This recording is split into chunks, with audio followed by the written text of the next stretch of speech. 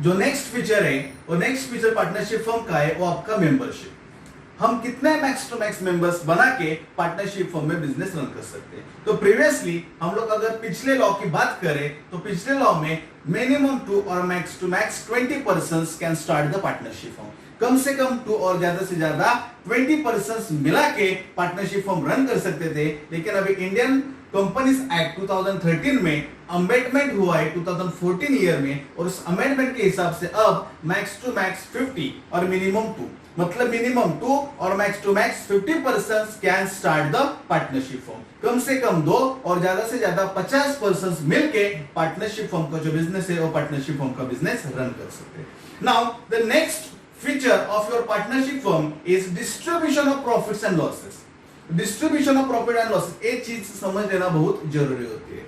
अगर मैं किसी को भी बोलूंगा कि आप मेरे फर्म में या किसी भी कंपनी में पैसे इन्वेस्ट करो या आप मेरे पार्टनरशिप फर्म में पैसा इन्वेस्ट करो, तो सबसे ज्यादा इंपॉर्टेंट जो चीज हमें जानने में इंटरेस्ट होता है वो होता है प्रॉफिट। डेफिनेटली मैं तो पैसे इन्वेस्ट करूंगा, लेकिन उसके बदले मुझे कितना प्रॉफिट मिलेगा, ये सब चीजें हम लोग जानने में ज्यादा इंटरेस्टेड होते हैं। लेकिन इंडियन पार्टनरशिप एक्ट 1932 के हिसाब से भी प्रॉफिट और शेयर कितना हमें डिस्ट्रीब्यूट करना है उसके रिलेटेड कोई भी प्रोविजंस नहीं बताइए। हमें ये सब जो प्रोविजंस है, ये सब प्रोविजंस हमें पार्टनरशिप डीड में करनी पड़ती होती है। If your partnership deed is silent, okay, मैं क्या बोल रहा हूं ठीक से समझ लीजिए। If your partnership deed is silent then consider all the partners are equal.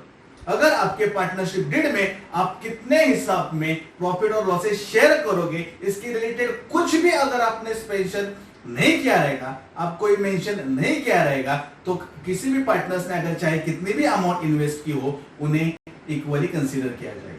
मतलब ए एंड बी दोनों ने मिलकर साथ बिजनेस स्टार्ट किया और ए ने 1 लाख रुपीस कैपिटल अगर इन्वेस्ट किया और बी ने 50,000 रुपीस अगर कैपिटल इन्वेस्ट किया, और अगर पार्टनरशिप डीड में इस रिलेटेड कोई भी चीजें अगर मेंशन की नहीं रही होगी, तो दोनों को जो प्रॉफिट और लॉस होगा वो इक्वली डिस्ट्रीब्यूट करना पड़ेगा। समझ रहे हैं? लेकिन नॉर्मली जो बेसिकली बात होती है प्रॉफिट और लॉसेस जो होती है, प्रॉफिट और लॉसेस वो जो ने जितना कैपिटल इन्वेस्ट किया है वो कैपिटल के हिसाब से प्रोपोर्शन में उन्हें मिलता है। मतलब you invested more the capital then definitely you get the more the profit. If you invested less the capital, then definitely you will receive the less the profit। समझ रहे? मतलब 1 लाख और 50,000, मतलब अगर A ने 1 लाख इन्वेस्ट किया है और B ने 50,000 इन्वेस्ट किया है, मतलब इनका प्रॉफिट शेयरिंग रेशियो बनता है 2:1। इस 2:1 इस रेशियो में वो क्या करेंगे, उनके प्रॉफिट्स और लॉसेस डिस्ट्रीब्यूट करेंगे। लेकिन इस रिलेटेड कोई भी चीज अगर पार्टनरशिप डीड में अपने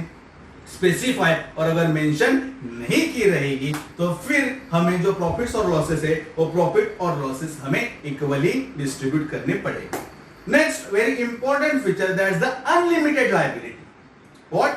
अनलिमिटेड लायबिलिटी। ये भी काफी इंपॉर्टेंट फीचर है जो हमें समझ लेना चाहिए। Now what is the meaning of unlimited liability? अगर सपोज 3 पर्सन है ए बी और सी, ये मिलकर अगर पार्टनरशिप फर्म रन कर रहे हैं और बैडली और सपोज उन्हें लॉस हुआ, और लॉस होने के बाद जो उनके जो थर्ड पार्टी लायबिलिटीज है, मतलब उनके क्रेडिटर्स रहेंगे, बैंक लोन्स होगा, वो सब की अमाउंट उन्हें पे करनी पड़ेगी।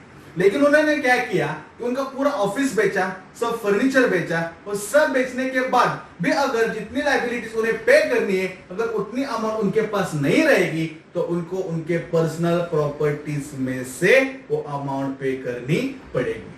समझ रहे?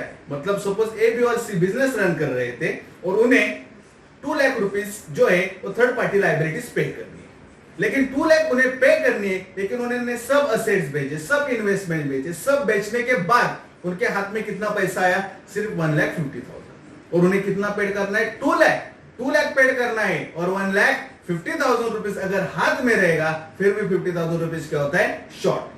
तो जब इन केसेस में जो 50,000 रुपीस जो शॉर्ट बचा है, वो 50,000 रुपीस जो है वो तीनों पार्टनर्स को उनके पर्सनल प्रॉपर्टी में से मिलके देने पड़ेंगे। समझ रहे हैं? 50,000 रुपीस जो एक्स्ट्रा है उन्हें उनके प्रॉपर्टीज में से पेड करनी पड़ेगी। उसके लिए सिर्फ एक ही पार्टनर उनसे बच सकता है, जो पार्टनर होता है माइनर। समझ रहे हैं? माइनर पार्टनर का मतलब समझता है? The partner whose age is below 18। जो पार्टनर जिसका एज 18 से बिलो होता है उसे हम लोग क्या कहते हैं? माइनर पार्टनर, और ये जो माइनर पार्टनर है वो माइनर पार्टनर छोड़ के बाकी जो सब पार्टनर्स है वो सब पार्टनर्स को जो है वो पार्टनर्स को अपने पर्सनल प्रॉपर्टीज में से वो पैसा पे करना पड़ेगा। आई होप आपको पार्टनरशिप फॉर्म और सोल प्रोप्राइटरी कंसर्न बेसिक का डिफरेंस और ये जो फीचर्स थे पार्टनरशिप के समझ में आए होंगे। Thank you so much.